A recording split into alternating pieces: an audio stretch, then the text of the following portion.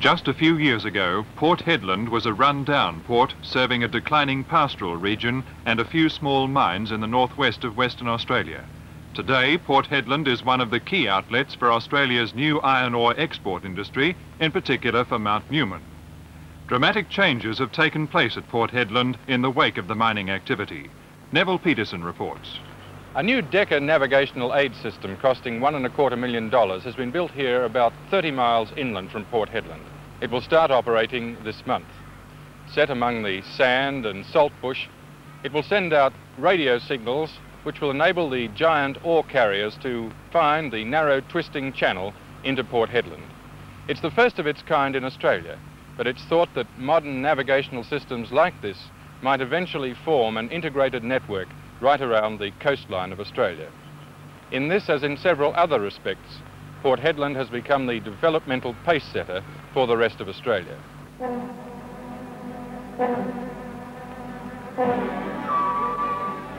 Ore carriers like this Japanese vessel of 58,000 tons already are regular visitors.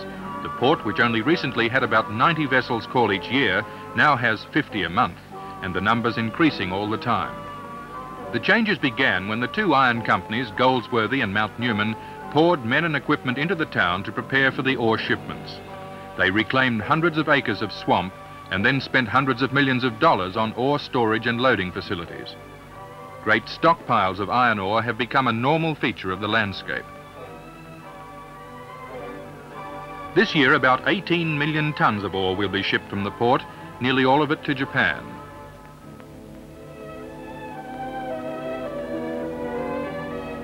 Now a new export product, industrial salt, has also started to flow through Port Hedland. The American Leslie Salt Company saw the area's natural advantages for solar evaporation of seawater and set up a venture under which it's planned to ship 2 million tons annually to Japan within a few years. The dredging necessary to prepare the port for the big vessels has taken about 5 years, but will be finished in 2 months.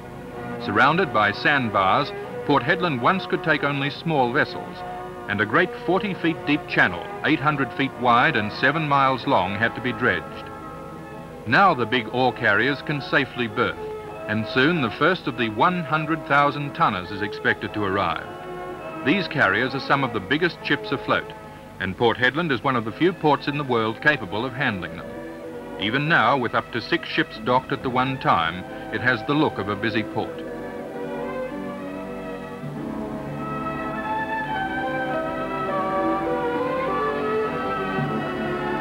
Important as the early Goldsworthy venture was, it was tiny compared with Mount Newman, and the beginning of Mount Newman's operations was the big breakthrough for Port Hedland. This shiploader can travel to all hatches of the freighter without the ship being moved. It's strange at first not to see anyone about during this big loading operation. Much of what happens is automated, but the dense clouds of choking red ore dust are another real reason why the wharf remains bare. The Mount Newman Company now needs a second wharf because of its increased contract commitments. Soon 2 giant carriers will be able to tie up at the same time. A new harbour control tower has now proved necessary. Due to be opened in a few weeks, it will be able to communicate with ships approaching 50 miles away. Harbour Master Captain Jeff Monks. The tower is necessary because we have to maintain a 24-hour port. The operator will be responsible for organising the movement of ships. As the ships are completed and ready for sea, then he will have to make the necessary arrangements. It will also offer navigational advice to ships coming in from sea. With those ships that don't have the Decker equipment on board, we can give them a radar position to help get them in safely. The tower will furnish information to pilots of the current, the height of tide, the wind speed at any particular time. I think it's fair to say that within 5 years we can expect to have 1,000 ships a year passing through Port Hedland. The tonnages involved would be within the region of 50 million tons, which puts it at one of the busiest ports in the whole of the world, certainly the busiest port in Australia in terms of tonnage ship. Roads, electricity and other services are already appearing in a bare sandy area 2 miles south of the town, as Port Hedland prepares for the rapid expansion of the future. The new town will be called South Hedland, and its planners are thinking in terms of 40,000 people by 1980. Already there are 6,000. Just a few years ago, only 800. Here's the Shire President, John Hunt. What we're striving for here is plenty of open space and parklands with plenty of cross ventilation through the whole area. Quite a new idea is the pedestrian ways, that there's no traffic, they're just purely pedestrian ways with the roadway system on the outside. The houses are really face into the pedestrian way and not onto the roadways. You'll notice a lot of these buildings, this type of block house, the flat areas, the row houses, and these open courtyard type of buildings are all specially designed for a very hot, arid climate like we have here in Port Hedland. Already a new light industrial area has been opened up. Small factories providing services to the big mines have rushed in to operate at Port Hedland. The North West Tyre Company provides a good example of this. To this company comes huge heavy-duty tyres from all over the northwest for relugging or retreading. The tyres come here from as far north as the Ord River. It wasn't so long ago that tyres this size in the west had to be sent to Adelaide to be handled.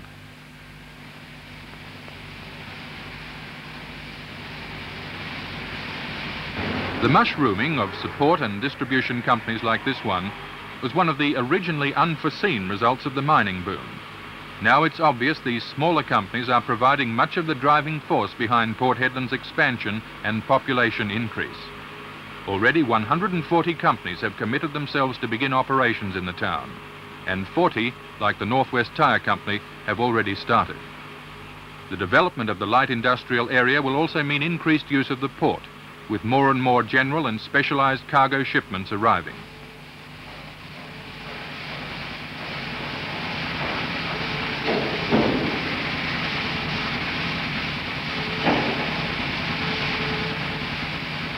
The steady tipping of crushed ore onto the stockpiles goes on as train loads arrive regularly from the mines. This is stacking going on at one of the lesser quality ore piles. The high quality piles are clean, but these give off clouds of dust. The old area of Port Hedland, which is very close to the stockpiles, gets some of this dust, and this has created problems. Some businesses have been able to cope by installing air conditioning. The open-air cinema is not so lucky. It has a brown screen, not a white one. It's generally believed that the dust problem in the old town is so bad that it will shortly cease to be a residential area.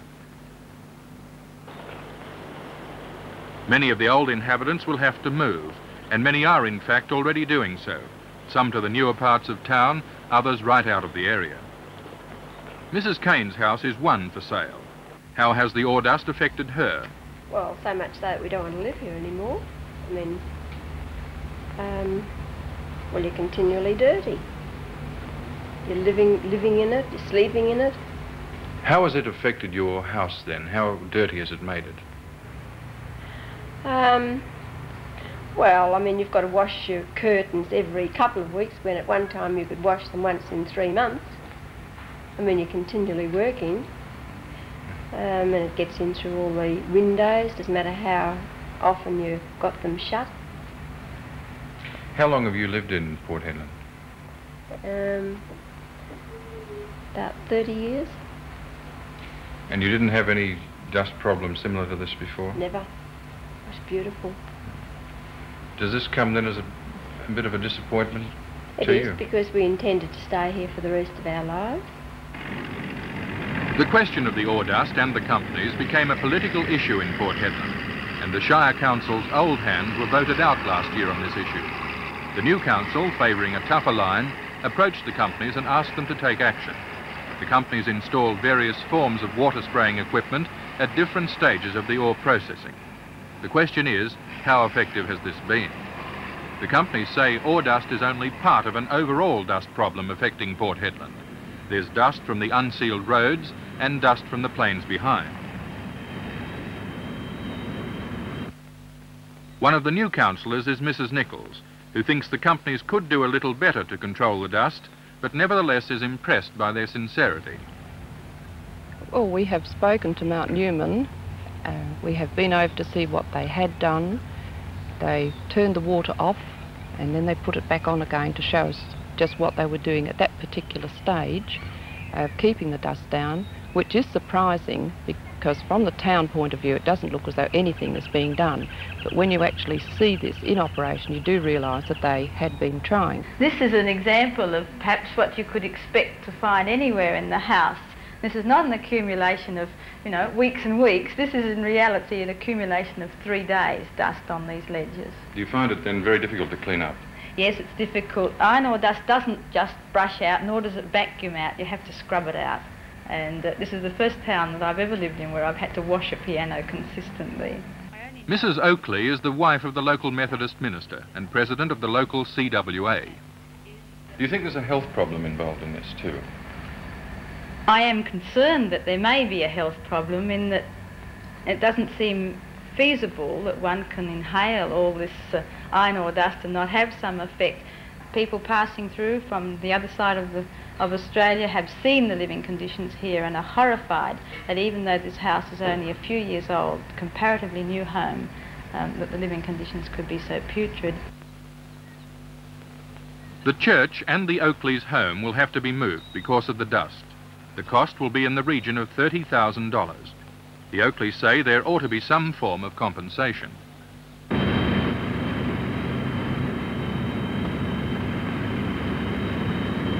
One gets the feeling that the Mount Newman Company believes the town should learn to live with the dust in view of the overall benefits the operation is bringing. The company believes there was some justification for annoyance last year before they began to work on the problem.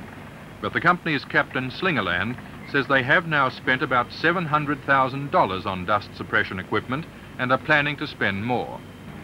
Normally, in the normal weather conditions, I don't think there should be any complaints. By how much do you think you've cut down the dust since you've installed all this equipment? Oh, I would say that without that amount of money we have spent, that it would be 80% worse than it is now. So there still is some dust? There's still some dust. Where is that dust coming from? I would say it is during stacking and reclaiming and on transfer points. And what plans have you got to try and fix that? We got new plans out at the moment and new drawings out for quite a sophisticated system which should be installed, I would say, in about 4 months' time from now. You think that will arrest the dust completely? Under normal weather conditions, I would say yes, but I don't think that if you get any abnormal weather conditions, let's say winds over 30 miles an hour, I think it will be very hard, even with the dust suppression, to control the dust from your stockpiles. This engine was one of the first into the Port Hedland area, and it dates from about the turn of the century. It provides a marked contrast with the huge pieces of equipment that are working on top of the iron ore stockpiles. The exhibit and this park are new. Port Hedland has in fact suddenly become concerned about its past, perhaps because the past is slipping away so quickly.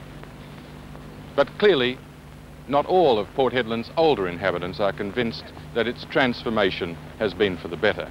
This is Neville Peterson reporting for Weekend Magazine.